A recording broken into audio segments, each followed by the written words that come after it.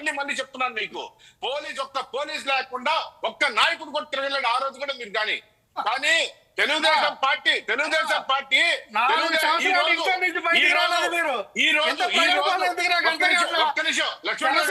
Pawan Kalyan support చేయకపోతే మీరు జెండా పట్టుకొని బయటికి రావాలని పరిస్థితి. బయటకు వచ్చి జెండా మళ్ళీ చెప్తున్నా, నా టైంలో వచ్చి నా టైం గెలిచేయడం మంచిది కాదు. మీకు అవకాశం వచ్చినప్పుడు మాట్లాడండి, మీకు అవకాశం వచ్చినప్పుడు మాట్లాడండి. నేను అనేది 4 సంవత్సరాలు జెండా పట్టుకొని బయటికి రానటువంటి పిరికి పందులు మీరు. పవన్ కళ్యాణ్ సపోర్ట్ చేస్తున్నంత వరకు కూడా బయటికి రాలా. పొత్తుంది అన్నప్పటికీ మీరు జెండా పట్టుకొని బయటకు వచ్చారు. మీరే ప్రజల మాట్లాడతారు. ఏం మాట్లాడతారయ్యా? ఉండవండి.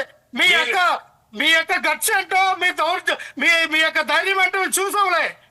4 సంవత్సరాలు బయటికి రాలా. కుక్కిరి పేరు నాకు ఇంట్లో పడుకుని ఉన్నారు. అమ్మా ఇక్కడ నేను చెప్పింది ఒకటే, జోగి రమేష్ గారు ఆయన ఏమన్నారు? మాట మీద సంపత్ రాజు గారితో మాట్లాడతారు. సంపత్ రాజు గారు ఒక్క నిమిషం అమ్మా, జోగి రమేష్ గారు ఏమన్నారు?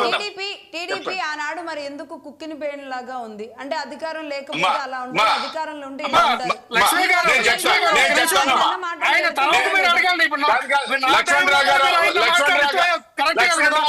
లక్ష్మణరావు గారు పెద్ద అభియోగం మా మీద నేర్పాడు. ఏది 4 కనపడలేదంట. పవన్ కళ్యాణ్ గారు వచ్చిన తర్వాత మాత్రమే కనపడ్డా అంట. ఒక్క విషయం లక్ష్మణరావు గారు, ఒక నరకాసురుడిని వధ కోసంగా ఎవరెవరినో తీసుకున్నట్టుగా ఆనాడు వచ్చారు. కానీ ఒక్క విషయం అండి. రెండోది ఇంకో విషయం ఏంటంటే 4.5 సంవత్సరం నేను కనపడకుండా పోలేదు లక్ష్మణరావు గారు.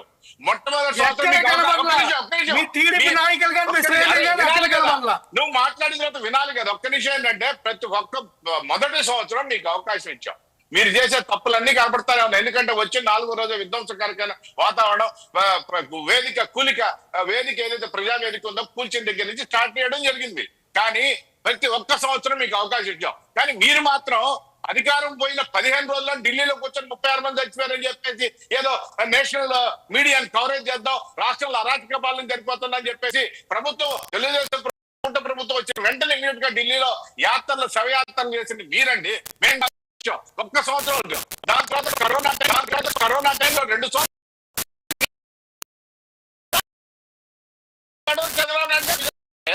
ఏం మాట్లాడుతున్నారు మీరు? రెండోది ఆయన అన్న ఉద్దేశం ఒకటి, సంపత్ రాజు గారు చంద్రబాబు నాయుడు గారిని ఏడిపించిన రోజు, ఆయన కన్నీరు పెట్టుకున్న రోజు కూడా బయటికి రాలేదు, ఇప్పుడు ఎందుకు వచ్చారు అని. మళ్ళీ చెప్తున్నారు లక్ష్మి గారు, ఆనాడు కూడా బయటికి రావడమే జరిగింది. ఆనాడు ప్రతి దగ్గర నిరసన చేశారు, ప్రతి దగ్గర చేసే. ఒక్క నిమిషం, ఆనాడు చంద్రబాబు నాయుడు గారిని అరెస్ట్ చేస్తే చంద్రబాబు నాయుడు గారు కూడా దశ ఏం చేశారు? లోకేష్ బాబు గారు కానీ చంద్రబాబు నాయుడు గారు ఎక్కడ అరాచకాలు చేయండి, ఏం చేయొద్దన్నారు. ఒక్క నిమిషం నేను ఒకటి అడిగిన వేల్పూర్ గారితో మాట్లాడిపిస్తా. లక్ష్మణరావు గారు మీరు కూడా ఏమండి, ఇంటి మీదకి దాడికి వెళ్ళడం, ఇంట్లో నిజంగా ఎవరైనా ఉంటే, ఎవరైనా మరణించి ఉంటే ఏంటి పరిస్థితి? దీనిని ఖచ్చితంగా ఇంటెలిజెన్స్ కానీ లేదంటే ఢిల్లీ నిఘా వర్గాలు కానీ దీని గురించి మాట్లాడుకోవా? రాష్ట్రం అనేది ఒక నెగిటివ్ కోణంలో ప్రొజెక్ట్ అయ్యేలాంటి పరిస్థితికి కారణం కాదా?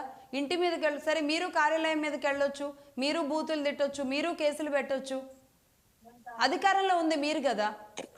ఇప్పుడు బలవంతుడికి బలహీనుడికి, ఇప్పుడు బలహీనుడు అంటే ప్రతిపక్షంలో ఉన్నవాళ్ళు, ఓటమిలో ఉన్నవాళ్ళు, అది మీరు కావచ్చు, వాళ్ళు కావచ్చు. బలహీనుడి మీదకి ఈ రోజు ఇంత బలాన్ని ప్రదర్శించడానికి బలవంతుడు వెళ్ళినప్పుడు ఏమవుతుంది? మళ్ళీ లక్ష్మి గారు ఒక్క నిమిషం, ఇందాక ఫస్ట్ చెప్పాను, మళ్ళీ చెప్తున్నాను.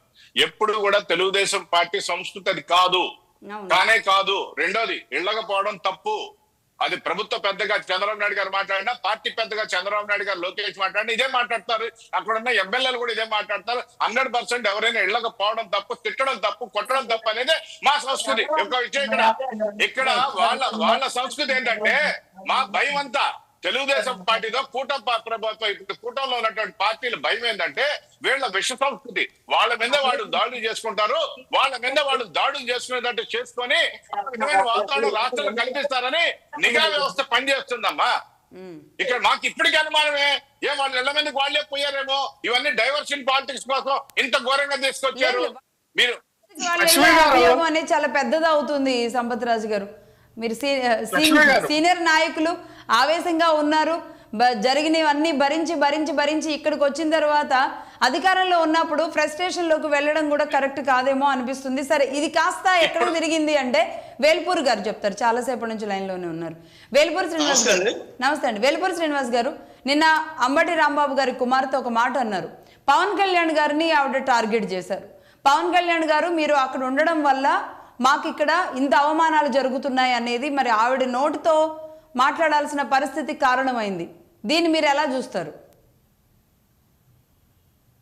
మా అంబటి రాంబాబు గారు ఒక మాజీ మంత్రి, మరి ఒక ప్రజానాయకుడిగా ఉన్నప్పుడు మాట్లాడే భాష అందరికీ కూడా ఆదర్శంగా ఉండాలి. ఎవరు మాట్లాడినా కూడా పార్లమెంట్లో లాంగ్వేజ్లో మాట్లాడాలి తప్పితే బూతులు మాట్లాడితే ఎవరికైనా కూడా బీపీ వచ్చింది, ఎవరికైనా కోపం వచ్చింది. అయితే ఇక్కడ పోలీస్ డిపార్ట్మెంట్ ఒక చిన్న తప్పు చేసింది.